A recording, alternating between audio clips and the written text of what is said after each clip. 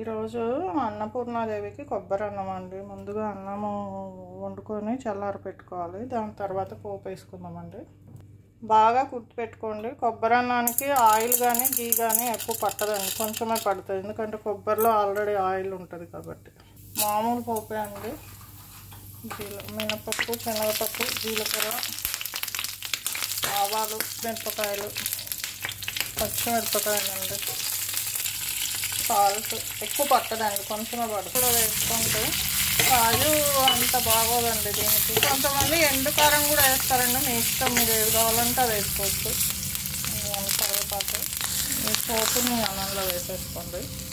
ఇప్పుడు కొబ్బరి అండి, ఇది ఎండు కొబ్బరి. పచ్చి కొబ్బరి అయితే మీరు మళ్ళీ ఫ్రై చేసుకోవాల్సి ఉంటుంది.